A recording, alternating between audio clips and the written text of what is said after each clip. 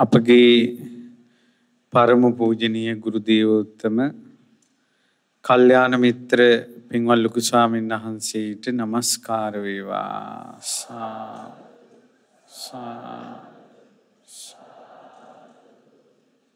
ගරුතර මහා සංඝරත්නයන් අවසරයි. පින්වත් සිල් මාතාවරුනි, ශ්‍රද්ධාවන්ත පින්වතුනි, මේ ධර්ම දේශනාව පැයක පමණ කාලයක් තියෙන්නේ. බොහෝ දුර බැහැර ඉඳලා මේ පින්වතුන් ධර්මය අහන්ට මේ පින්කමට පැමිණේ. ඒ වගේම ගොඩක් වෙලා ඉඳලා මේ අවස්ථාව එනකල් හිටියා. ඒ නිසා මේ ධර්මය අහන වෙලාවෙත් නොඑක් දේවල් කල්පනා කරන්නේ නැතුන් ධර්මයට හොඳට හිත යොමු කරන්න. අද ධර්ම දේශනාවට කියලා දෙන දහම් කරුණු ඔයාලට තේරුණොත් එහෙම අඬන්න හිතෙන ප්‍රශ්නවලදී නාඩා ඉන්න පුළුවන් වේවි. ගොඩාක් දුක්වලදී හිත හදා ගන්න පුළුවන් වේවි. ප්‍රශ්නවලට මොහොන දෙන්න පුළුවන් වේවි. මේ කියන බණපද තේරෙනවා නම්. ඉතින් මම හිතුවා අද මේ ශ්‍රීමත් බෝධි මණ්ඩපය ගෞතම බුද්ධ ශාසනයට පූජා කරපු වෙලාවේ බොහෝ පිරිසකට එකතැනක ඉඳලා ධර්මය අහන්න අවස්ථාව බොමළුවේ සමහරට ඉඩ මදි නිසා කවුරු හරි පින්වන්ත කෙනෙක් කොහේ හරි ඇති ස්වාමීන් වහන්සේ ඉදිරිපිටම ධර්මය අහන්න, ඒ තුලින් තමන්ට තමන්ගේ ජීවිතයට දහම් කරුණක් ගන්න. ඒ කෙනා ඔබ වෙන්න පුළුවන්. ඒ නිසා හොඳට කන් යොමු කරගෙන අහන්න. අද භාග්‍යවත් බුදුරජාණන් වහන්සේ සම්මා සම්බුදු වෙන මොහොතේ සෙවණ සලසාලු විජයශ්‍රී ජයශ්‍රී මහ බෝධීන් වහන්සේට මනරම් බෝධි මණ්ඩපයක් නිමා කරලා ගෞතම බුද්ධ ශාසනයට පූජා කළා. උයන්දන මහමෙවුනා භාවනා අසපුවේ. අපේ අසපු සංචිතේ බෝධි මණ්ඩප අතරින් තවත් සුවිශේෂී බෝධි මණ්ඩපයක් තමයි මේ උතුම් බෝධි මණ්ඩපය. ඉතින් මේ බෝධි මණ්ඩපය කරවා වැලි කෙටයකින් නමුත් උදව් උපකාර කරපු කෙනෙක් වෙනවද? ශ්‍රම දාන කළ, කාලයේ ධනෙ වැය කළ, ඒ වගේම අද පින්කම වෙලාවේ පහන් සිතින් අනුමෝදන් වන සියලු දෙනා පිනේ කොටස් කරුවා. කලාතුරකින් ලෝකෙට සම්මා සම්බුදුරජාණන් වහන්සේලා පහළ වෙන්නේ. ඒ නිසායි බුදුරජාණන් වහන්සේලා පරිභෝග කරන බෝධීන් වහන්සේගේ ගෙන් ගිලිහෙන පත්තරේ ඉවත් කරපු කෙනාටත් අමා නිවන් සුව සැලසෙනවා. බුදුරජාණන් වහන්සේලා හැමදාම මුණ ගැහෙන්නේ නැහැ. බුද්ධෝ කප්ප සතේහි දුර්ලභෝ. බුදුරජාණන් වහන්සේලා කල්ප ලක්ෂයකටත් දුර්ලභයි. හැමදාම බුද්ධ ශාසන හම්බ වෙන්නේ නැහැ. අපි සත්බුදුරජාණන් වහන්සේලා ගැන කියනවානේ. අපිට සත්බුදුරජාණන් වහන්සේලාම මුණ ගැහුණා කියලා කියන්න බෑ. සත්බුදුරජාණන් වහන්සේලාගේ ශාසනවල අපි බෝධි වෙන්ද කියලා කියන්නත් බෑ. සමහර වෙලාවට සෑම බුද්ධ ශාසනයක්ම අහිමි වෙලා බෝධියක්වත් දකින්න නැතුව සංසාරේ තියෙන්න පුළුවන්. මේ බුද්ධ ශාසනයේ ජීවමාන බුදුරජාණන් වහන්සේ රහතන් වහන්සේලා පිරිනිවන් පෑවට පස්සේ අද කාලේ අපිට බෝධියක් ඉතුරු වෙලා තිබෙනවා. බුදු කෙනෙක් වෙනුවෙන් වඳින්න. ධාතු සෑයවල් තියෙනවා බුදු කෙනෙක් වෙනුවෙන් වඳින්න. මේවත් අහිමි වෙන්න දෙන්න එපා. බුදුරජාණන් වහන්සේ වජිරාසනේ ජයශ්‍රී මහ බෝසෙවනේ ලෝකෙට වසන් වෙලා තිබ්බ තෝරා බේරා ගන්න බැරි ප්‍රශ්න 4ක් විසඳගත්තා. ඒ ප්‍රශ්න හතරට උත්තරේ තමයි චතුරාර්ය සත්‍ය. ඒ කියන්නේ ප්‍රශ්න හතර තමයි අවබෝධ කරගන්න ඕනේ, තේරුම් ගන්න ඕන, වටහා ගන්න ඕන මොකද්ද කියන ප්‍රශ්නේ. ප්‍රහාණය කළ යුත්තේ මොකද්ද කියන ප්‍රශ්නේ. සාක්ෂාත් කළ යුත්තේ කුමක්ද කියන ප්‍රශ්නය. කොමන මාර්ගයක්ද වැඩි යුත්තේ කියන ප්‍රශ්නය. මම මේ පින්වතුන්ට තේරෙන්න සරල සිංහලෙන් මේක විසඳන්නම්. එදා දසමර සේනා ජයගත් අපගේ සිද්ධාර්ථ මහා බෝධිසත්වයන් වහන්සේ බෝසෙවණේ අවබෝධ කළා දුක නම් වූ ආර්ය සත්‍යය. දුක්ඛ සමුදය නම් වූ ආර්ය සත්‍යය. දුක්ඛ නිරෝධය නම් වූ ආර්ය සත්‍යය. දුක්ඛ නිරෝධ ගාමිනී පටිපදා නම් වූ ආර්ය සත්‍යය. පින්වතුනි, අපි යම් දවසක සංසාරයෙන් නිදහස් වෙනවා නම් මේ චතුරාර්ය සත්‍ය අවබෝධ කළ යුතුමයි. මේ චතුරාර්ය සත්‍ය දහම් කතාව අහලා කන හුරු කරලා තියාගන්න. මේ කනට ඒ බණපද දාලා තියාගන්න. ඔබ පිනෙන් සුදුසු කෙනෙක් නම්, පිනෙන් මෝරපු කෙනෙක් නම් ඒ චතුරාර්ය සත්‍ය කියන වචනේ ඇසෙද්දිම අවබෝධ කරන දවසක් එනවා. හැබැයි සංසාරේ අහලා කන හුරු කරගන්න ඕන. ආනන්ද ස්වාමීන් වහන්සේ අහනවනේ, ස්වාමීනි භාග්‍යතුන් වහන්සේ සමහර අයට මේ බණ කිව්වට ගාණක්වත් නැහැ කියලා. ආනන්ද සංසාරේ ධර්මයේ අහලා හුරු නැහැ. ඔබ මේ අද මේ පැයක් ඉඳගෙන ධර්මය අහන එක තමයි යම් දවසක ඔබට චතුරාර්ය සත්‍ය ධර්මය අවබෝධ කරන්න හුරුව වෙන්නේ. බුදුරජාණන් වහන්සේ බෝසෙවණේ අවබෝධ කළා දුක නම් ආර්ය සත්‍ය තමයි ජාතිපි දුක්ඛා, ජරාපි දුක්ඛා, ව්‍යාධිපි දුක්ඛෝ, මරණම්පි දුක්ඛං, අප්පියේ සම්පයෝගෝ දුක්ඛෝ, පියේ විප්පයෝගෝ දුක්ඛෝ, යම් පිච්ඡන් නලබති තම්පි දුක්ඛං, සංකිට්ඨේන පංච උපාදානස්කන්ධා දුක්ඛා. ඔය තමයි දුක නම් වූ ආර්ය සත්‍ය. ඒ ආර්ය සත්‍ය අවබෝධ කළේ යම් රුකක් සෙවණේද ඒ වෘක්ෂයත් පූජනීය වුණා. ඒ වෘක්ෂයට වඳින කෙනාට සුගති නිවන් සැප ලැබුණා නම් ඒ ධර්මය අවබෝධ කරපු උත්තමයාට වඳිනකොට කොහොමනම් ශාන්තියක් සැනසෙල්ලක් ලැබෙනවද? ඉපදීම කියන එක දුකක් කියලා බුදුරජාණන් වහන්සේ අවබෝධ කළා.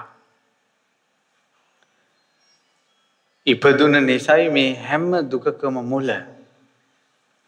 අපි කියන්නේ උඹලා ඉන්න තැනක නම් ඉපදෙන්න එපා. ඒ කියන්නේ නුඹලා ඉන්නේ නැති තැනක ඉපදෙන්න කැමැති. ඊට පස්සේ අනේ උපනුපන් ජීවිතේ ස්ත්‍රියක් වෙලා නම් ඉපදෙන්න එපා හිතනවා. එතකොට පුරුෂයෙක් වුණාම දුක නැහැ කියලා හිතන්නේ. ඉපදීම දුකක් කියලා හිතන්නේ. ඊට සමහර අය කියනවා මේ ඉරිසියාකාරව මැදනම් ඉපදෙන්න එපා. එහෙනම් ඉරිසියාව නැති අය ළඟ ඉපදීම විසඳුමක් කියලා හිතන්නේ. වැරදුනා. ඊට සමහර අය බොන මිනිස්යන්ගෙන් දුක් විඳින කාන්තාව හිතනවා බොන මිනිහෙක් නම් ආයෙනම් සංසාරයට ලැබෙන්න එපා. ඒතර බොන් නැති මිනිහෙක් ඉන්න ජීවිතයක ඉපදෙන්න කැමති. මිනිසුන්ගේ ප්‍රාර්ථනාව තියෙන්නේ දුකම මිසක්කා දුකෙන් නිදහස් වීම නෙවෙයි. උදේ ඉඳලා හැන්ද වෙනකල් වැඩ කරන මිනිස්සයා කල්පනා කරනවා මෙහෙම ජීවිතයක් මොකටද මට? ඒතර උදේ ඉඳලා හැන්ද වෙනකල් වැඩ කරන්නේ නැති ජීවිතයක් හිත ඇතුලේ තියෙනවා. අපි එක දුකක් එපා කියන්නේ තව දුකක් අල්ලගෙන. ඔයාලගේ හිත දිහා බලන්න. ඔබගේ ප්‍රාර්ථනා දිහා බලන්න. ඉපදීම දුකක් කියලා විශ්වාස කරනවාද කියලා. ඉපදීම දුකක්. සාරිපුත්ත මහරහතන් වහන්සේගෙන් එක්තරා බ්‍රාහ්මණෙක් ඇවිල්ලා අහනවා ස්වාමීනි දුක කියන්නේ මොකද්ද? සැප කියලා කියන්නේ මොකද්ද කියලා මට තේරුම් කරලා දෙන්න. බ්‍රාහ්මණය ඉපදීම දුකක්, ඉපදීන්නේ නැති එක සැපක්. බ්‍රාහ්මණය උපන් කෙනාට තමයි සීතල කියන එක දැනෙන්නේ, උණුසුම කියන එක දැනෙන්නේ, බඩගින්න දැනෙනවා, පිපාසය දැනෙනවා. ඊළඟට මල මුත්‍රා කිරීමේ දුක තියෙනවා. ඉපදුන කෙනාට තමයි මැසි මඳුරෝ කන්නේ, සතා සර්පයා දෂ්ට කරන්නේ. ඉපදුන නිසා තමයි අවියායුධයෙන් පහර කන්න සිද්ධ වෙන්නේ. සාරිපුත්ත මහරහතන් වහන්සේ දේශනා කරනවා ඉපදුන නිසා තමයි වටේ පිටේ ඉන්න ඥාතින් ඇවිල්ලා විටින් විට ඔළුව අවුල් කරන්නේ. ඥාතින් තමාව කුපිත කරවන්නේ උපන් නිසා. ඔයාලා යසට සැනසille ඉන්න වෙලාවක් බලන්න කවුරු හරි ඇවිල්ලා ඔළුව අවුල් කරනවා. අපිට හිතුන්නේ උපන් නිසා කියලා. මැසි මඳුරෝ කන්නේ පවා මේ වැස්සට තෙමිලා අවුවට කරවෙලා දුකක් එනවනම් ඒ ඔක්කොම ඉපදුන නිසා. ගෙයක් නැති ප්‍රශ්න, හරියමං ඥාතියෙක් නැති ප්‍රශ්න, හරියමං රස්සාවක් නැති ප්‍රශ්න, මේ ඔක්කොම ඉපදුන නිසා. ඉපදීම දුකක්. ජාතිපි දුක්ඛ, ජරාපි දුක්ඛ, වයසට යෑම දුකක්. ඒ දුකත් එක්ක තමයි අපි සටන් කරන්නේ. කොණ්ඩේ පාට කර කර, හම පාට කර කර, බෙහෙත් වර්ග ගන්න ගමන් ව්‍යායාම කර කර ජරාවට යන්නේක වළක්වා ගන්න තමයි අපි සටන් කරන්නේ. වයසට යෑම දුකක්. වයසට ගිහිල්ලා කකුල පන නැතුව යනවා. තියෙන තැන නෙවෙයි අඩිය තියන්නේ. කොණ්ඩේ වැහිලා යනවා, ඇඟපත වෙවුලටනවා. තමන්ගේ බත්පතෙන් තමන්ට බත් ටික කන්න බැරුව යන දවසක් එනවා. මේ දත්වල ගැලවෙන දවසක් එනවා. කොන්ද කුදු වෙලා යන දවසක් එනවා. වයසට යෑම දුකක්. තමන්ගේ මල මුත්‍රා තමන්ට හොදක් ගන්න පිරිසුදු කරගන්න බැරුව යන දවසක් එනවා. තමන්ගේ නිර්වත ලෝකෙට පෙන්වන්න දෙන දවසක් එනවා. වයසට ගිහිල්ලා කියන දේ ඇහෙන්නේ, ඇහෙන දේ පේන්නේ, තොලපොට හොල්ලනවා, හොල්ලන දේ කියන්නේ මොකද්ද කියලා තේරෙන්නේ නැහැ. වයසට ගිහිල්ලා වයසට යෑම දුකක්. ජාතිපි දුක්ඛ, ජරාපි දුක්ඛ, ව්‍යාධිපි දුක්ඛෝ, ලෙඩවීම කියන එක දුකක්. අපි පතනවා අනේ ලෙඩක් නම් එපා. ලෙඩ නැතුව ඉපදෙන්න කැමති. ලෙඩ නැමැති රෝගය අවබෝධ කරගන්න කැමති නෑ. මේක දුකක් කියලා තේරුම් ගන්න කැමති නෑ. මේ බුද්ධ ශාසනේ ලෙඩවීම නිසා මේ ලෙඩේම අවබෝධ කරගෙන රහත් වෙච්ච අය ඉන්නවා. පූතිගත තෙස්ස තෙරුම් මුළු ඇඟේම ගෙඩි හැදිලා ඕජාව වැగిරිලා සිවුර ඇඟට ඇලුනා ලෙඩනේ. භාග්‍යවත් බුදුරජාණන් වහන්සේ උණු වතුරෙන් දෝවණය කරලා සිවුර පොරවලා මේ කයේ ස්වභාවයම ප්‍රකට කළා. එයින්ම අරහත්ත්වයටපත් වුණා. ලෙඩම තමන්ගේ නිකලස් භාවයට මාවතක් වුණා. අපි ලෙඩ නැති ජීවිතයක් පතනවා. ඒකට දුක නැති කරගන්න හදනවා පැතීමෙන්. ලෙඩ වෙන ජීවිතයක් අපි කාටත් උරුමයි. මරණම්පි දුක්ඛං, මරණය දුකක් කියලා විශ්වාස කරන්නේ කවුද අද කාලේ? මිනිස්සු හිතන්නේ මරණය ප්‍රශ්නයකට විසඳුමක් කියලා. අනේ මම මැරිලා යන්නේ නෑනේ. ඔයාලටත් හිතිලා ඇති. අනේ මම මැරිලා යන්නේ නැහනේ. ඒ කියන්නේ මේ දුකට විසඳුම මරණය කියලා හිතනවා. බුදුරජාණන් වහන්සේ අවබෝධ කළේ දුකට විසඳුම මරණය කියලා නෙමෙයි. මරණය දුකක් කියලා. මේ පින්වතුන්ට පුළුවන් වුණොත් කියව ගන්න පින්වත් ලොකු ස්වාමීන් වහන්සේ මරණේ දිනපොත කියලා ලස්සන පොතක් ලියලා තියෙනවා. මේ යන්න උන්ගේ අප්‍රකට කතා සටහන්. ඒ පොත කියෙව්වට පස්සේ මනුස්ස ලෝකේ තප්පරයක් ජීවත් වීමේ වටිනාකම තේරෙනවා. මේ ජීවිතේ නම් මොකක් හරි දුකයි කියලා වහ ටිකක් හරි කාලා මැරිලා ගියා කියන්නකෝ. ඒ කෙනා උපදිනවා නිරේ. නිරේ උපන් කෙනාට සියදිවි හානි කරගන්න පුළුවන්ද? යකඩ ගුලි වලින් චප්ප කරද්දින්වත් මැරෙන්නේ නැහැ. ගිනිගත් යකඩ කරත්ත වලින් චප්ප කරද්දින්වත් මැරෙන්නේ නැහැ. මේ දුර්ලභ අවස්ථාවක් සුගතියට එන්න ලැබිච්ච වෙලාවේ මරා ගන්න පුළුවන්. නිරේ ඉපදුනොත් යමපල්ලු කුළු ගෙඩි 60000කින් ගැහුවත් මැරෙන්නේ නැහැ. ප්‍රේතයාට සියදිවි හානි කරගන්න බෑ. ප්‍රේතයන්ට මතුරලා බෝතලයකට දාලා ප්‍රේතයා මොහොතට දානවා බෝතලේ. මනුස්ස ලෝකේ නම් දවස් 7ක් කන්න බොන්න නැතිකොට මැරෙනවා. අර ප්‍රේතය අවුරුදු 1000 ගණන් ඉන්නවා මැරෙන්නේ නැහැ. එතකොට මෙතනින් දුක් විඳලා බෑ. සියදිවි හානි කරගන්න ඕන මැරෙන්න ඕන කියලා මැරෙන කෙනා ඊළඟට යන්නේ නිරේට නම් එයාගේ මරණය කියන්නේ නිරේ දොරටුව විවෘත වීමයි. මෙහි දුක් විඳින එක මේක එපා මීට වැඩි නිදහසක් ඕන කියලා මැරෙනවා නම් එයා ඉපදෙන්නේ තිරිසන් ලෝකෙන් නම් කුෂ්ඨ හැදිච්ච බල්ලෙක් පණුවෙක් වෙලා. ඒ තිරිසන් ලෝකෙට දොරටුව විවෘත කර ගැනීමයි. මරණය කියන්නේ ඊළඟ උපතේ දොරටුවයි. මරණය කියන්නේ ජීවිතේ ප්‍රශ්න වලට විසඳුමක් නෙවෙයි. ඒකට අපිට හිතෙන්නේ අපි මැරිලා යන්නේ නැහනේ. මැරුණා නම් කියනවා උඹලට දැනෙයි මම මැරිච්ච දවසක.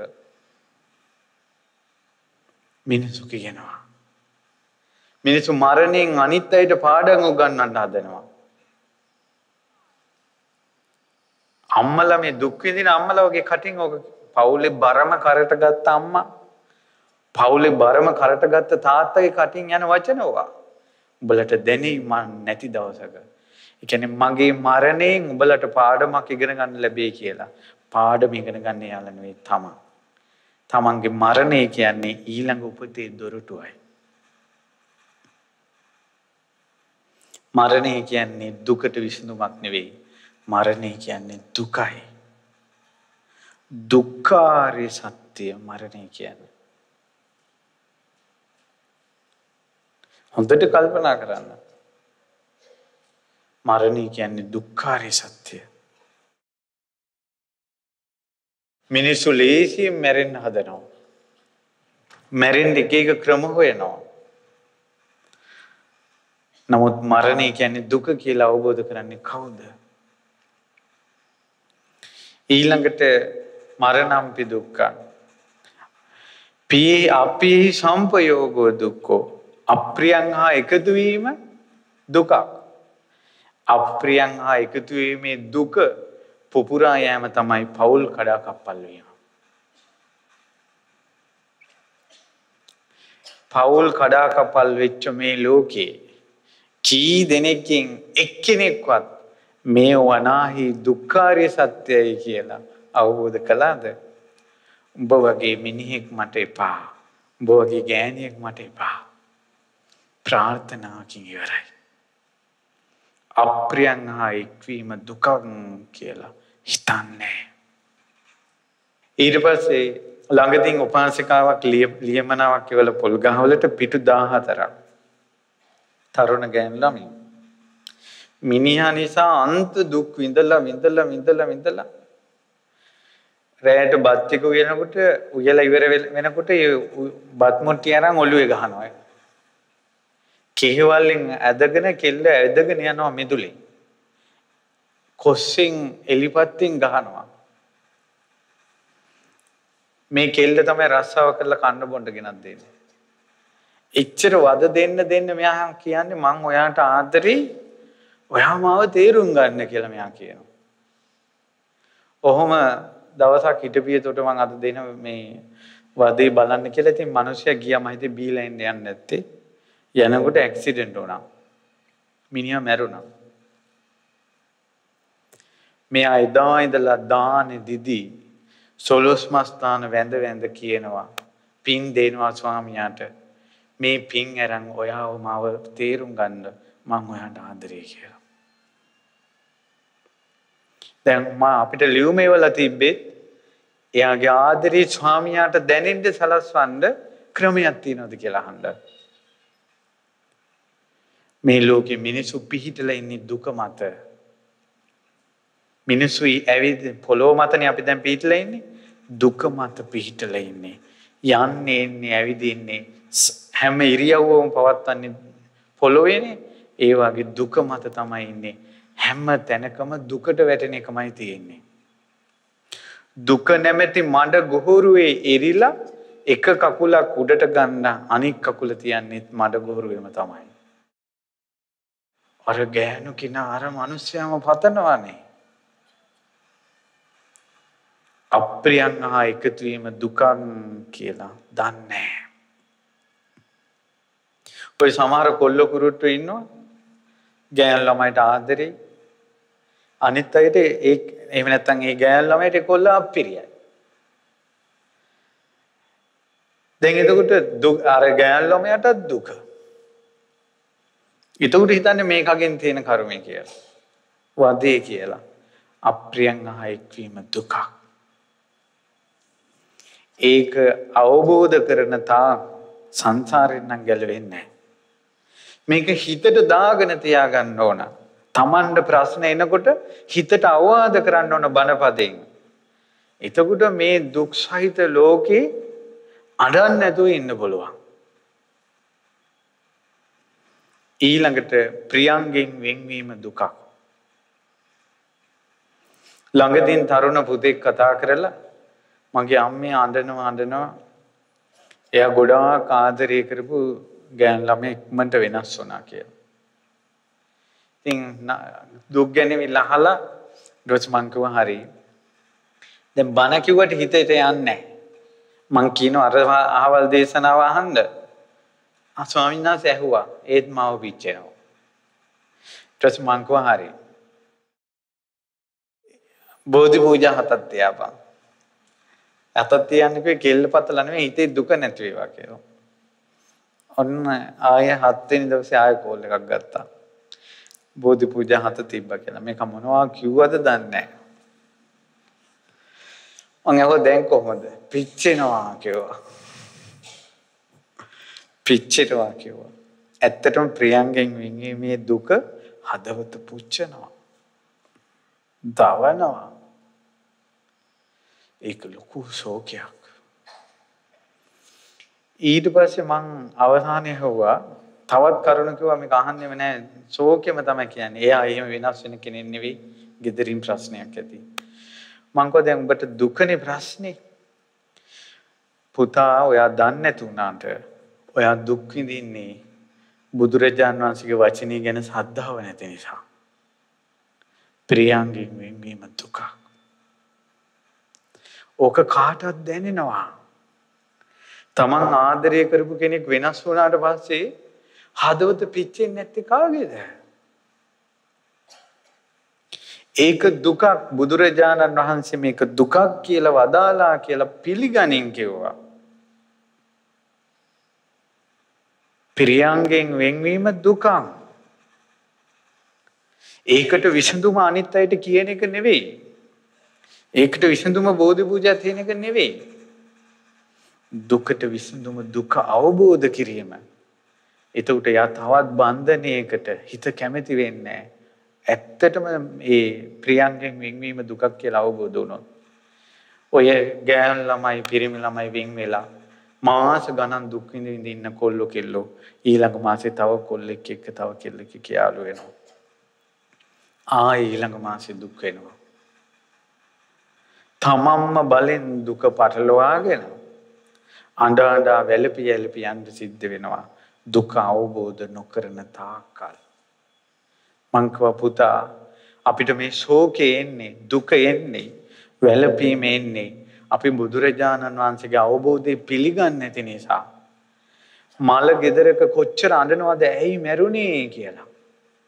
උපන් සත්වයා මැරෙනවා කියන බුද්ධ වචනේ පිළිගත්තේ නැහැ. අපේ ආත්මතු පරම්පරාවක් මැරුණනේ කියලා අතීතයට හිත යොමු කළවත් කවුරුත් මැරෙනවා කියලා හිත පිළිගන්නේ නැහැ. උපන් සත්වයා මැරෙනවා කියලා හිත පිළිගන්නේ නැති නිසා බුදුරජාණන් වහන්සේගේ වචනේ විශ්වාස කරන්නේ නැති නිසා මරණයේදී අපි හඬනවා වැළපෙනවා ඇයි ඔයා ගියේ කියලා. ප්‍රියංගෙන් වෙන්වීම දුකක් කියන එක විශ්වාස කරන්නේ නැති නිසා හිත පිළිගත්තේ නැති නිසා අපි ලෝකයට අද්දික් කරනවා ඇයි ඔයා මට දුක් දුන්නේ මං ඔයාට මෙච්චර ආදරෙන් ඉඳලා ඇයි ඔයා මට දුක් දුන්නේ ප්‍රියංගෙන් වෙන්වීම දුකක් කියලා බුදුරජාණන් වහන්සේගේ පැත්තට හැරෙන්නේ නැහැ. ඒ හැරෙන්නේ නැති තාක් විඳවා හිටපල්ලා. මේක පිළිගන්න බැරි තා බුදු බණ පදයක් හදවතේ රැඳුණා නම් බණ සිහි කර කර වැටෙන කඳුළු පිහදා ගන්න පුළුවන්. මේක ආර්ය සත්‍යයක්. මේ ලෝකේ මැරෙන්නේ සිංහලයෝ ටික විතරක් නම් බුද්ධ ධර්මයේ කට්ටිය විතරක් නම් මැරෙන්නේ අපිට මේ බුද්ධ ධර්ම බොරුවක් කියලා කියන්න පුළුවන්. සියලු දෙනාම මැරෙනවානේ. ආර්ය සත්‍යයක් කියන්නේ ඒකයි. ඉස්පිරිතාලෙට එන්නේ සිංහලයෝ ටික විතරක් නම් බුද්ධ ධර්මයේ කට්ටිය විතරක් නම් ඉස්පිරිතාලෙන් බෙහෙත් ගන්නෙ අපිට කියන්න පුළුවන් ලෙඩවීම දුකක් කියන්නේ බොරුවක් කියලා. ලෙඩවීම ආර්ය සත්‍යය. සියලු දෙනා ලෙඩ වෙනවා. බලන්න දුක ඔක්කොටම එක එක විදියට එද්දී විසඳුම් වෙන විදියට හොයනවා. එක එක ආගම් වලින් විසඳුම් හොයනවා. එක එක දේවාල වලින් විසඳුම් හොයනවා. එක එක තැන් වලින් විසඳුම් හොයනවා. හැබැයි එක දුකක් තියෙන්නේ. ලෙඩවීම නැමැති දුක. වයසට යෑම නැමැති දුක. ප්‍රියංගෙන් වෙන්වීමේ දුක. අප්‍රියං හා එකතු වීමේ දුක. මේ ප්‍රියංගෙන් වෙන්වීම දුකක් කියලා විශ්වාස කරන්න බැරි නිසා අනේ ඇයි ඔයා මට දුක දුන්නේ කියලා එයාව යාළු කරගන්න කොයි තරම්නම් දේවල් කරනවද අවසානයේ යంత్ర මන්ත්‍ර පවා කරනවා. බලන්න ආරි සත්‍ය අවබෝධ කරගන්න බැරි නිසා මිත්‍යා දෘෂ්ටියටම ගිය හැටි. ඊළඟට බුදුරජාණන් වහන්සේ බෝසෙවෙනේ අවබෝධ කළා ශෝක පරිදේව දුක්ඛ දෝමනස්යෝ කියන්නේ දුකක් කියලා. දැන් සමහර අය ඉන්නවා ඇඬු කඳුලින්. සමහර කෙල්ලෝ ඉන්නවා ඇඬු කඳුලින්. සමහර කොල්ලෝ ඉන්නවා ඔහේ ෂොක් වෙලා. මෝනේ දුක වැක්කිරෙනවා. හිතෙන් තනිකමක් හදා ගන්නවා. ඇයි මාව කාටවත් තේරෙන්නේ නැත්තේ? ඇයි ඔයාලා මාව තේරුම් ගන්න නැත්තේ? ඇයි මට මෙහෙම වුනේ? මම දවසක් දැක්කා එක ළමයෙක්ගේ මෝනේ ලොකු ලපයක් තියෙනවා. එතකොට එයාගේ ෆෝන් එකට දාගෙන තියෙන්නේ ඒ වගේම ලපයක් තියෙන පිටරට ළමයෙක්ගේ ෆොටෝ එකක්. ඒ කියන්නේ අර ලපෙන් පෑරෙනවා හැම වෙලාවෙම ආසයි ඒකට. ලපෙන් පෑරෙන්න ආසයි. ඊට පස්සේ තනිකමෙන් ඉඳලා තමන් ආදරය කරපු කෙනාට පිවිතුරු ආදරයක් කියලා පෙන්නලා පාර ගන්න ආසයි.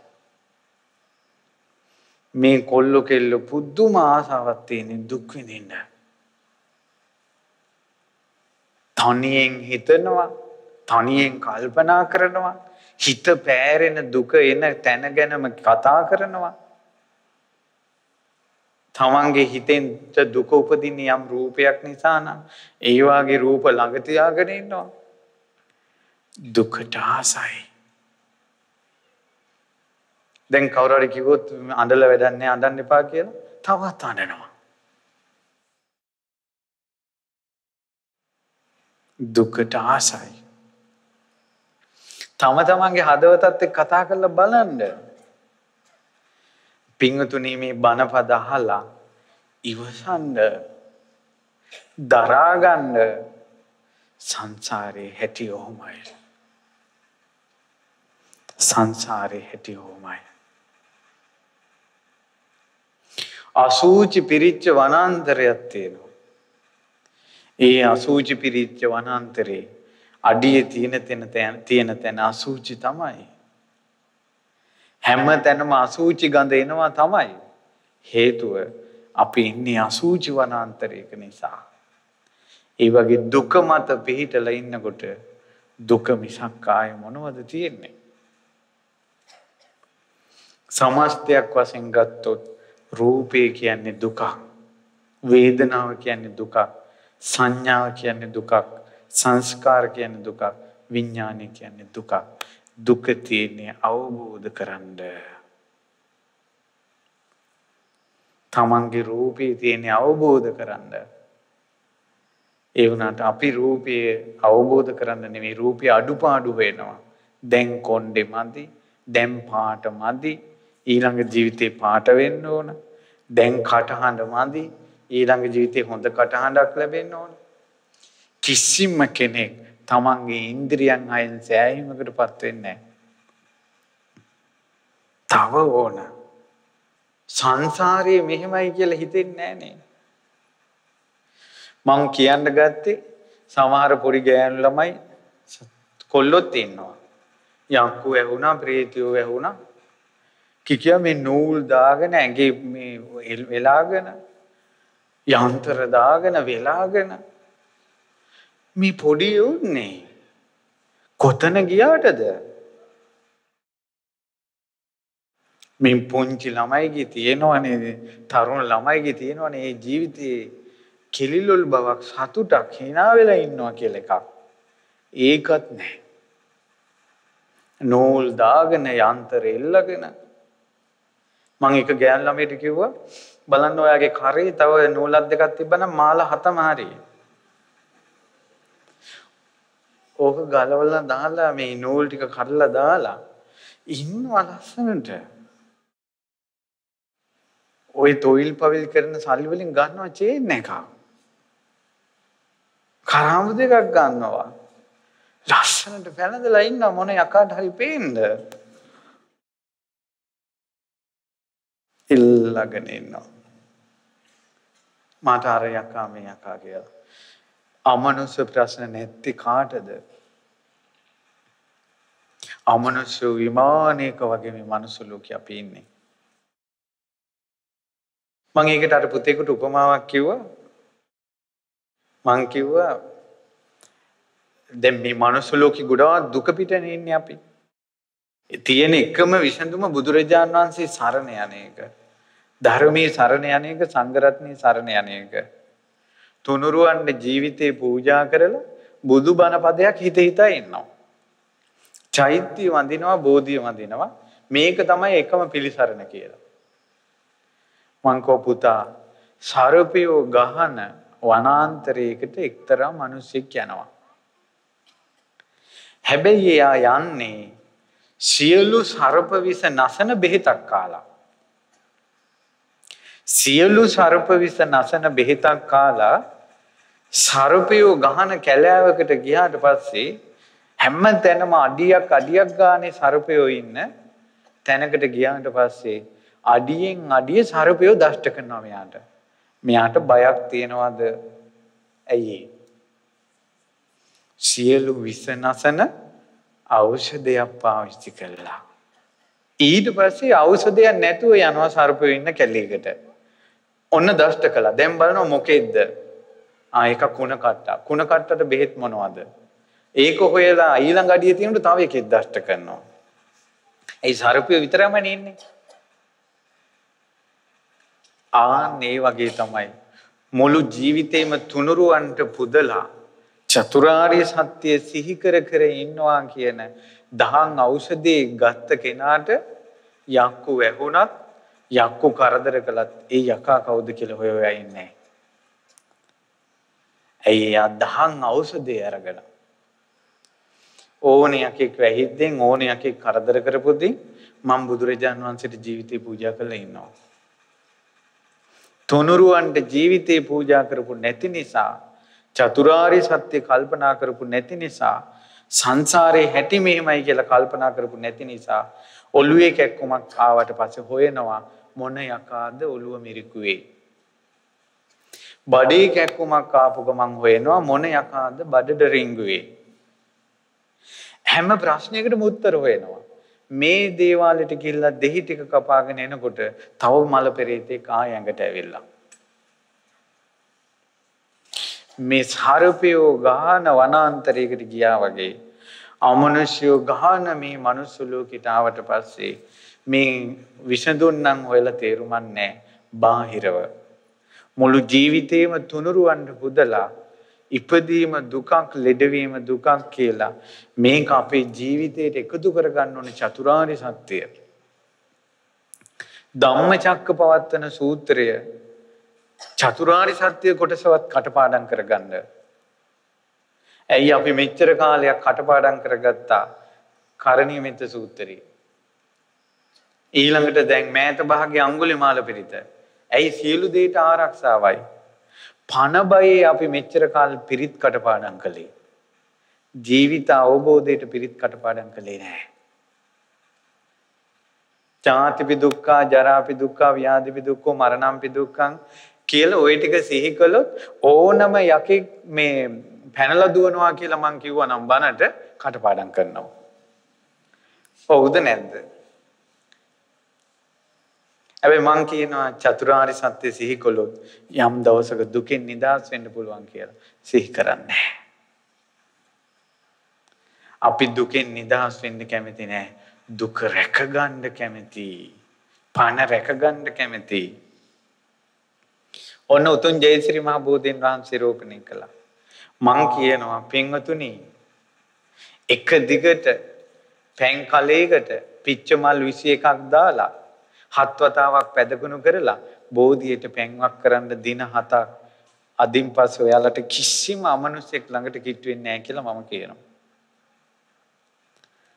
ඊට පස්සේ තව විදියකට මම කියනවා පින්වතුනි දවස් 7ක් බෝධීන් වහන්සේ පැන් පාසු කරන්න යම් දවසක ඔයාලට නිවන් දකින්න උපකාරී වෙයි කියලා.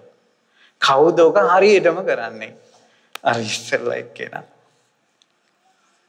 ඇයි මිනිසුන්ට නිවන් දකින්න නෙවෙයි අදහස තියෙන්නේ. පණ බේර ගන්න. තමා දිහා බලන්න. පණ බේරා ගන්නයි අදහස. ජයශ්‍රී මහ බෝසෙවනේ බුදුරජාන් වහන්සේ මේ වනාහි දුක නම් වාර්ය සත්‍යයි. දුක අවබෝධ කළ යුතුයි කියලා අවබෝධ කළා. ගුරු උපදේශ රහිතව. දුක හටගන්න හේතුව තෘෂ්ණාවයි කියලා බුදුරජාණන් වහන්සේ අවබෝධ කළා. අපිට ආසාවක් ආවට පස්සේ අපි try කරන්නේ ආසාව ඉෂ්ට කරගන්න. නමුත් ආසාව කියන්නේ දුකේ හට ගැනීම. ඊට පස්සේ ඒ තෘෂ්ණාව ඉතුරු නැතුව නිරුද්ධ වෙනවද? ඒක තමයි අමා මහ නිවන. ඒ සඳහා තියෙන මාර්ගය ආර්ය අෂ්ටාංග මාර්ගයයි කියලා ජයශ්‍රී මහ බෝසෙවනේ බුදුරජාණන් වහන්සේ අවබෝධ කළා. එය ප්‍රගුණ කළා.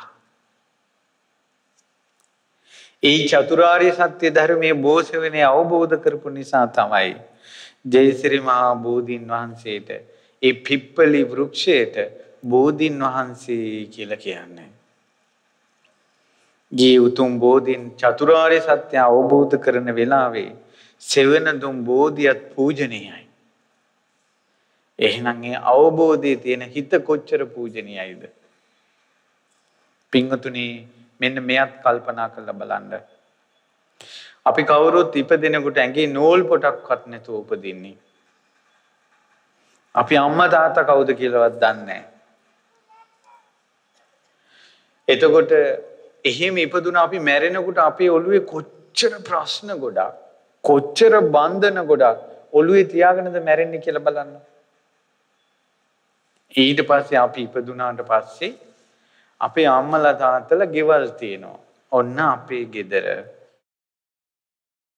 ඊළඟට ආච්චිලා කියලාගේ වතු පිටි තියෙනවා අපේ. කියලා එකින් එක එකතු වුණා. ජීවිතේට අලුත් ප්‍රශ්න එකතු වුණා. අනුන්ගේ ප්‍රශ්න තියෙන ප්‍රශ්න මදිවට අල්ලපු ගෙදරටත් ඔළුව දාලා බලනවා. එහි මොනවද තියෙන ප්‍රශ්න? ඒවත් මදිවට පත්තරේ අරන් බලනවා රටේ මොනවද ප්‍රශ්න? ඒක මදිවට ටීවී එක දාගෙන බලනවා ලෝකේ මොනවද ප්‍රශ්න කියලා. ඊට පස්සේ එක එකාගේ තියෙන වංහුන් ටික Facebook වලින් බලනවා. මේ ඔළුව තන්නේ කර කුණු කන්දල්. අනිත්‍යුන්ගේ දුක් ඔක්කොම ෂෙයා කරගන්නවා. තමන් මේ දුකෙන් නිදහස් වෙලාද? තියෙන ප්‍රශ්න මදිවට. තමන්ගේ පවුලත් කැඩිලා අර ටෙලිනාට්‍යයේ පවුල කැඩිලා තියෙන දිහත් අඬ බලාගෙන ඉන්නවා. බලන්න. ඊට පස්සේ ප්‍රශ්න ගොඩ ගහගත්තට පස්සේ අවසානයේ බර වැඩි. දාලා යන්න කැමති නෑ.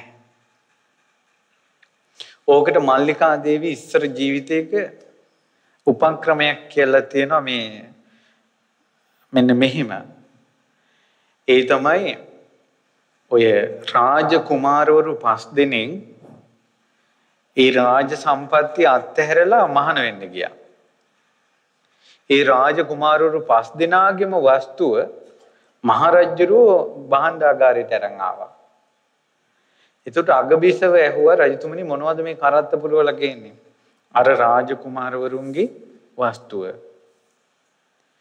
ඒ රාජකුමාරවරුන්ට මොකද උනේ? ඒවා අතෑරලා මහාන වුණා. ඊට පස්සේ ඒ නිසා මම ඒව අරන් ආවා. අනේ අර දේවීන් වහන්සේගේ හිතට හිතුණා අනිත් අය අතෑරපු දේවල් වමෑරපු දේවල් මේ රජා අල්ලා ගන්නවනේ කියලා. ඊට පස්සේ රජාට මේක තේරුම් කරන්න ඕන නිසා බිසව කළේ ගිජු ලිහිනියෝ යන්නේන මේ මාවතක මාලිගාවටත් පේන තැනක උඩ චූටි සිදුරක් තියෙන ලොකු දැලක් මෙහෙම පතුරලා අර කේතුව වගේ උඩ සිදුරක් තියෙනවා. ඒ දැලක් දාලා ඒ දැල යට ඇතුලේ මස් කෑලි දැම්මා. මේ ඔයාලගේ කතාව අපේ කතාව මේ කියන්නේ. තුටු අර මස් සුවඳට අර උඩ චූටි සිදුරේ අර කේතුවේ හැදේට දැල ඇතුලේනේ තියෙන්නේ. ගිජු ලිහිණිය ඇතුට ආවා. ඇවිල්ලා මස් කෑලි කෑවා. මස් කෑලි කන්න අර ලිහිණියන්ගේ ඇඟ බරයි. ඒතර කෙලින් උඩට පියඹන්න බෑ ඇලේට පියඹන්නේ. දැන් දැලෙන් එළියට යන්න පුළුවන්ද? සමහර ගිජු ලිහිණියෝ කාපුයෝ වැමෑරුවා. වමාරලා ඇඟ සැහැල්ලු කරගෙන උඩින් ගියා. තව ලිහිණියෝ වමාරුපේවත් කෑවා. කාලා තවත් බර වෙලා දැලටම වැටුණා. දේවීන් වහන්සේ රජාට පෙන්නවා. රජතුමනි බලන්න වමාරපු අය නිදහස් වෙලා ගියා. වමාරපු දේවල් කාපු අය දැලේම හිර වුණා. ඒ වගේ අපේ ජීවිත බලන්න එක එක්කෙනා අත්තරින් ඒවා අපි අල්ලා ගන්නවා. හිර වෙලා බර වෙලා ඉන්නවා සංසාරෙට. දැන් සමහර වෙලාවට එක පුතෙක් මහාන වෙන්න ආවා. අඬනවා අක්කා. අනේ මෙච්චරයි මල්ලි කෙනෙක් ඉන්නේ කියලා. ඊට පස්සේ කරුණ කියලා හිත හදාගන්න බැරි තැන ඉතින් අක්කා මේ පුතා මහාන වුණාට පස්සේ ඉතින් මෙයාලට තියෙන වස්තුවක් ධනයක් ඉඩකඩම් ඉතින් ඔයාටනේ පින් කරගන්නත් පුළුවන් කඳුළු පිස්සා. සාදුකාර දුන්න පැවිද්දට. කවුරු හරි අතාරින්න දේ අල්ලා ගන්න ආසයි. ඔය සමහර ගෙවල් වල ප්‍රශ්න වෙනකොට ස්වාමීන් වහන්සේලාට සමහර අයට අපි උපදෙස් දෙනවා කියන්න කෝල් කරලා ඔක විසඳගත්තේ නැත්නම් සිවුරැල්ල එනවා කියලා. එපා එපා එපා එන්න එපා අපි විසඳ ගන්නම් කියනවා. ඇයි ආවොත් ගෙදර දෙන්න වෙනවා. එක එක්කිනා අත්තරිනේවා අනිත් අය අල්ල ගන්නවා. ඔය Facebook වල නිවුස් වල ඔය තියෙන අනිත් අය අමාරුපු ඒවා තව කට්ටිය ගිලිනවා. ගිලලා බර වෙනවා. සංසාරේ මේකෙන් නිදහස් වෙන්නේ කොහොමද? ඒ නිසා ජීවිතේ කවදා හරි දවසක මේ ආර්ය සත්‍ය කියන එක සිහි කරන්න. අකුරු ශාස්ත්‍රය ඉගෙන ගත්තා නම් ඉගෙන ගත්ත එකේ ඵල ප්‍රයෝජනයක් විදිහට දුක්ඛාරි සත්‍ය මොනවද කියලා බණ පොතෙන් බල බල ලියන්න. ධම්සක් ප්‍රවචන සූත්‍රයේ තියෙනවා. ඊළඟට කොල්ලන්ට සින්දු පාඩම් අඩුම තරමේ චතුරාර්ය සත්‍ය හතරවත් කටපාඩම් කරගන්න ඔයාලට ඉතුරු වෙන්නේ එච්චරයි. නැත්තම් මේ දුකෙන් නිදහස් වෙන්න බෑ. අපි මේ දුක හිතට දුක්ඛාරී සත්‍ය මොකද්ද කියලා විමසා හිතට ගත්තේ නැත්තම් ඔය හැම දුකකදීම අපිට අඬන්න වෙනවා. ඉපදෙද්දිත් අඬන්න වෙනවා. ලෙඩ වෙද්දිත් අඬන්න වෙනවා. ඊළඟට මරණයටපත් වෙද්දිත් අඬන්න වෙනවා. ප්‍රියංගෙන් වෙන් වෙද්දිත් අඬන්න වෙනවා. ඇඬිල්ල හැර මේ ලෝකෙ කිසිවක් ඉතුරු වෙන්නේ නැහැ. ඒ ඇඬීම සල්ලි වලින් වහන්න බෑ. යාන වාහන වලින් වහන්න බෑ. මිනිස්සු දුකෙන් උමතු වෙනවා. බුදුරජාණන් වහන්සේ කාටවත් හොයාගන්න බැරිව තිබුණ මේ චතුරාර්ය සත්‍ය ධර්මය අවබෝධ කළා. චතුරාර්ය සත්‍ය අවබෝධ කළා. දුක උරුම කරගෙන ඉන්නේ කියලා මිනිස්සයා දන්නේ නැහැ. මිනිස්සු හිතාගෙන ඉන්නේ සමහර අම්මලා කියනවා මම මැරුණා වතුර පොදක් දෙන්න ඉන්නේ උඹලා විතරයි කියලා. ඒ හිතන්නේ අම්මා ඉස්සෙල්ලා මැරෙනවා දරුවෝ පස්සේ මැරෙනවා කියලා. මේ ලෝකෙ කී කෝටියක් අම්මලා තමන්ගේ දරුවන්ගේ මරණ ඇස් වලින් දැක්කද? වැඩිහිටි පිළිවෙලට හාමුදුරුවෝ දනට වඩිනවා වගේ වැඩිහිටි පිළිවෙලට මැරෙන්නේ නැහැ. වැඩිහිටි පිළිවෙලට මැරෙන්නේ නැහැ වෙනවත්නේ. උපන් සත්වයාගේ මරණය කියන එක ඉදිච්ච ගෙඩියක් කුයි වෙලා වැටෙයිද දන්නේ නැහැ වගේ එකක්. හොඳට කල්පනා කරලා බලන්න.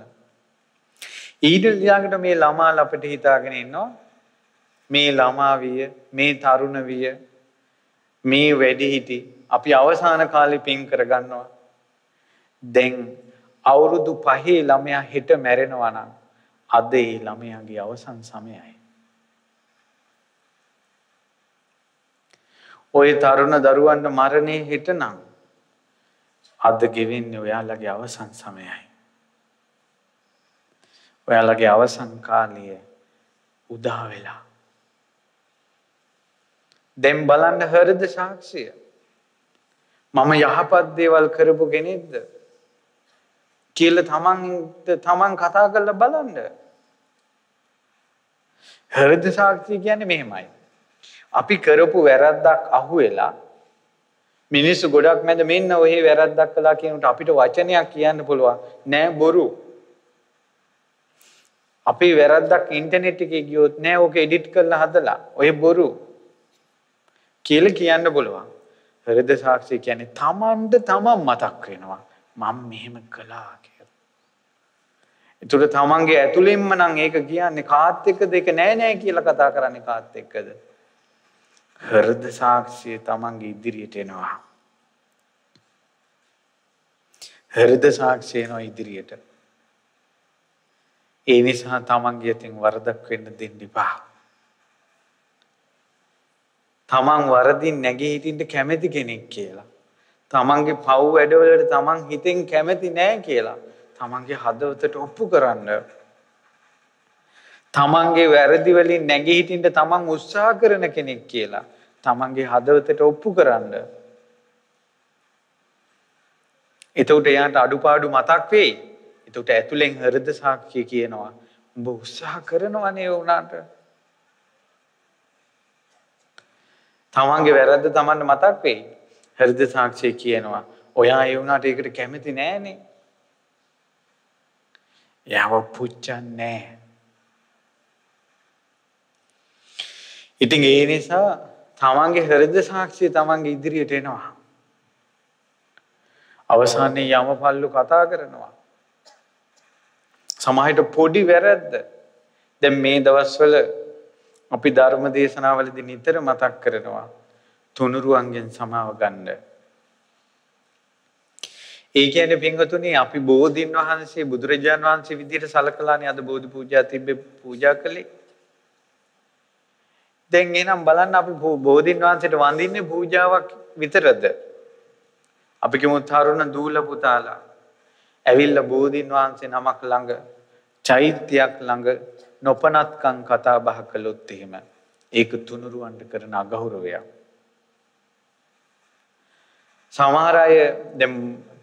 සමහර අය කල්පනා කරනවා ඒ කියන්නේ සමහර අයගේ කල්පනාව නැහැ මේ බුදුරජාණන් වහන්සේ කියලා චෛත්‍ය බෝධින් වහන්සේ.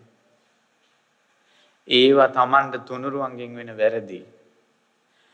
ධර්මය අවබෝධ කරන්න බාධා පිණිස පවතිනවා.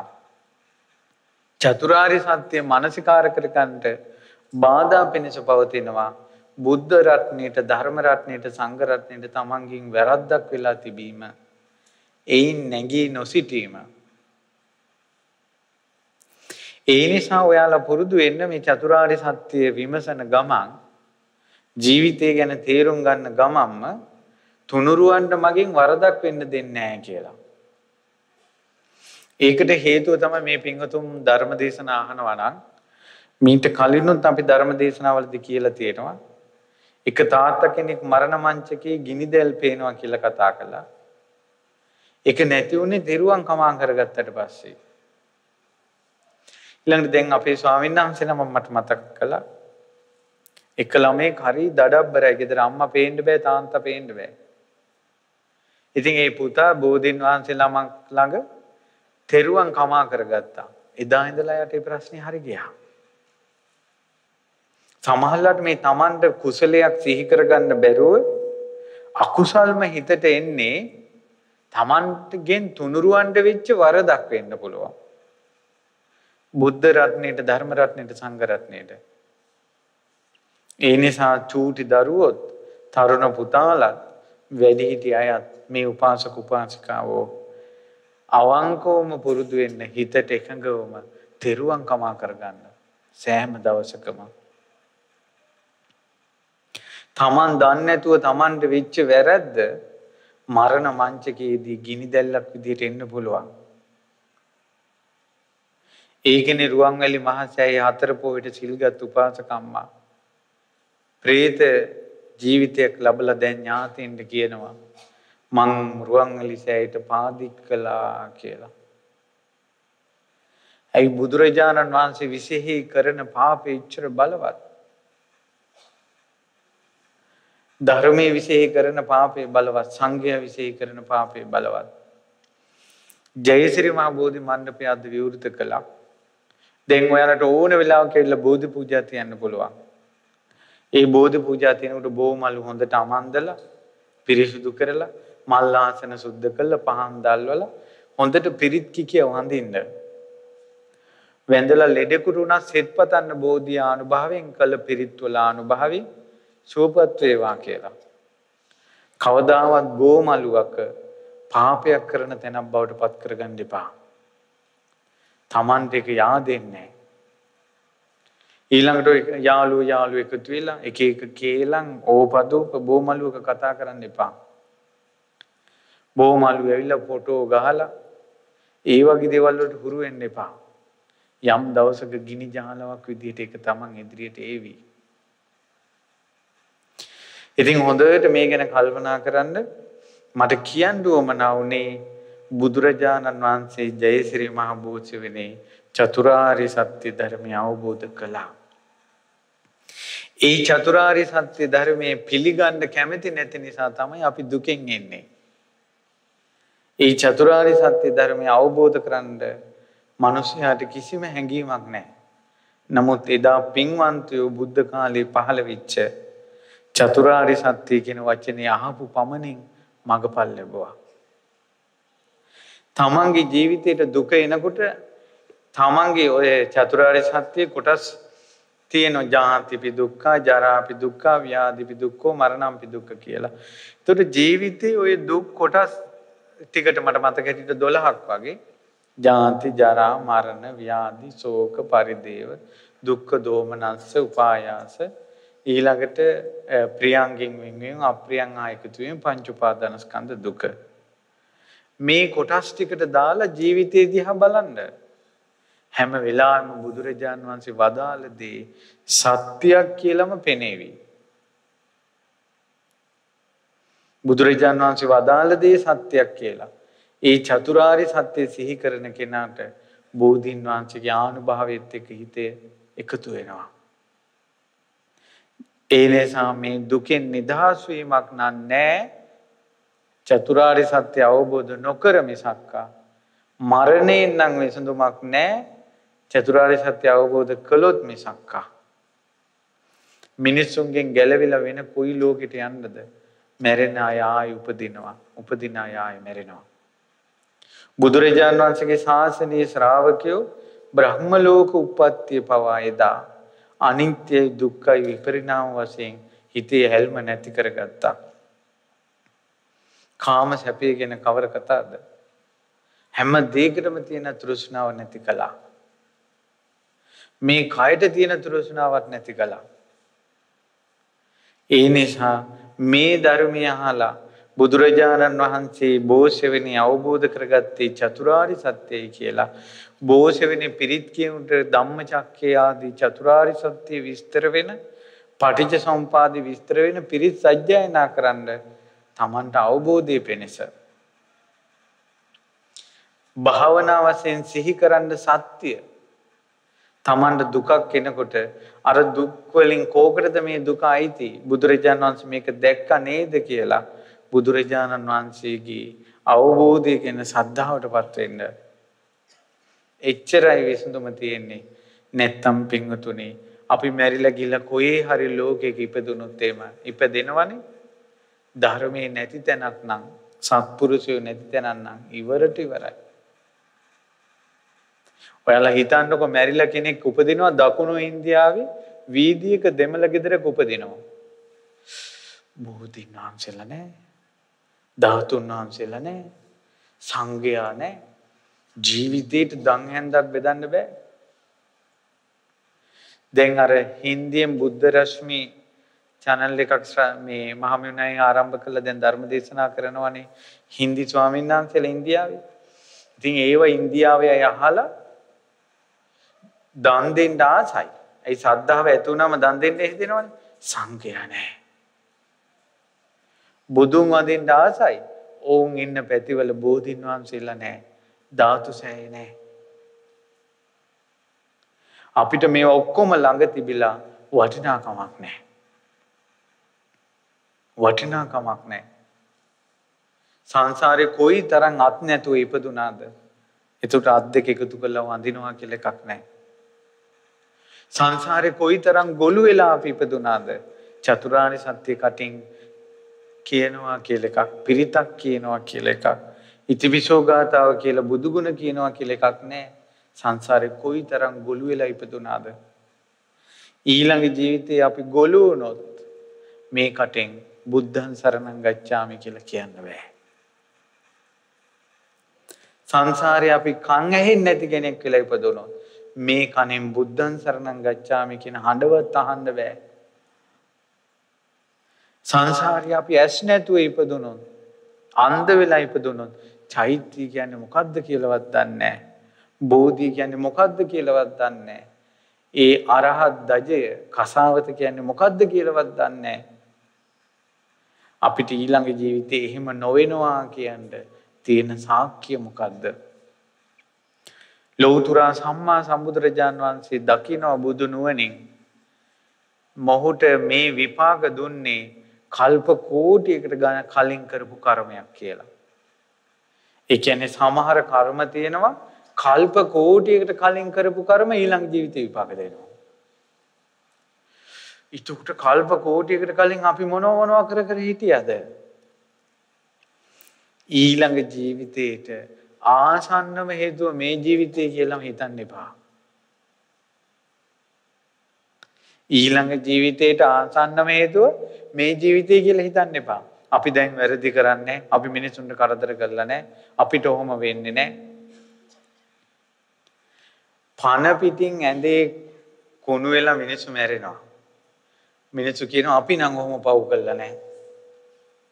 කය කියන්නේ පැරණි කර්මයක්. මේ ජීවිතේ අපි හොඳට හිටියට සංසාරේ මොනවා කරන්නේ නැතිද? මෙච්චර බණ ඇහිලා මෙච්චර හොඳ දේවල් ඇහිලා චෛත්‍ය බෝධි තියෙන කාලේ අපේ හිතට කොයිතරම් ජරා දේවල් හිතෙනවද? මෙච්චර බණ අහලා පින්පව් ගැන අහලා තරහක් ආවට පස්සේ අපිට ඔක්කොම අමතක වෙනවනේ. අම්මට තාත්තට පවා කොච්චර සැර කරනවද? අතේ තියෙන එක පොලේ ගහනවනේ. කොච්චර බණ ඇහුවත් ලෙඩ වෙනකොට අපි දුක් වෙනවනේ. එතකොට ධර්මය අහලා මෙච්චර පින්පව් ගැන අහලා සංසාරය ගැන අහලා ඊට පස්සේ අමනුෂ්‍ය ප්‍රශ්න එනකොට ඇයි අපිට මෙහෙම කරදර? අනේ අපිට සැනසෙල්ලේ ඉන්න නැද්ද? සංසාරේ දුකයි කියලා සිහි කරගන්නවත් බෑ දැන් පවා. දැන් පවා සිහි කරගන්න බෑ. එහෙමනම් පින්වතුනි ධර්මයේ නැති ලෝකෙක ඉපදුනොත් මොනවා වේද? ඉතින් ඒ නිසා දැන් ඇස කන නාසාදිය හොඳට තියෙන මනුෂ්‍ය ජීවිතයක් ලැබිලා බුදුරජාන් වහන්සේගේ ධර්මයේ ඇහෙද්දී චෛත්‍ය බෝධි විහෙර විහාරයේදී අත් දෙක එකතු කරලා හොඳට වන්දනා කරන්න, හොඳට දම්පැන් පුදා ගන්න, සවම්පත් පුරා බණ අහන්න. ඒ අහන බණ පොඩ හරි කල්පනා කරගන්න. පොඩ හරි කල්පනා කරගන්න. අර මරණයේ දිනපොත කියන පොත් වහන්සේ කියවල ජීවිතය දිහා බලන්න. පින්වතුනි මැරෙන අයට දඬුවම් නියම කරනවා යම රජුරෝ නිරේ ඉපදුනාට පස්සේ. ඒ යම රජත් මැරිලා යනවා. මැරෙන මිනිස්සු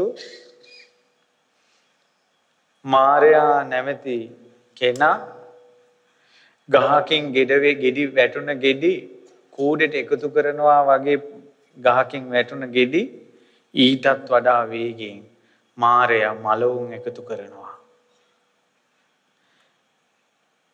ඒ මාරයාත් මැරිලා යනවා. ඒ මාරයාත් මැරිලා යනවා. සීලු දෙනා මැරෙනවා. ආය උපදිනවා. ආය මැරෙනවා. එහෙම සංසාරයක් තියෙන්නේ. මේම සංසාරයකින් ලෞතුරා සම්මා සම්බුදුරජාණන් වහන්සේ මේ මාර භූමියෙන් පයින්නවා. පැනිලා පිටේ ඉඳලා කියනවා මේකෙන් ගැලවෙන්න කියලා. කොයිතරම් විශ්වාසයකින් වමනාවකින් අර මාරය මෙරි උපදින ලෝකයෙන් නිදහස් වෙන්නේ කොච්චර අමාරුවෙන්ද කොච්චර සුළු ප්‍රමාණයක්ද? අර මලවුන්ගේ දිනපොතේ මිනිසු මැරෙන්න හිතන විදිහ, මැරිලා යන ලෝක, ඔවුන්ව පාලනය කරන බලවේග, ඊට පස්සේ මේකෙන් කෙනෙක් ගැලවෙන හැටි, ගැලවුණ අයගේ හිතේ තියෙන ස්වභාවය ඔක්කොම විස්තර කරනවා. පිටු 100 ගානක පොත් වහන්සේ නම. හොඳට කියවන්න. ඔබට සසර දුකින් නිදහස් වෙන්න වාසනාව ලැබේවා. මෙවැනි වටිනා ධර්මදේශනා නැරඹීමට ශ්‍රද්ධා YouTube චැනලය සබ්ස්ක්‍රයිබ් කර සීනුව ලකුණ ඔබන්න.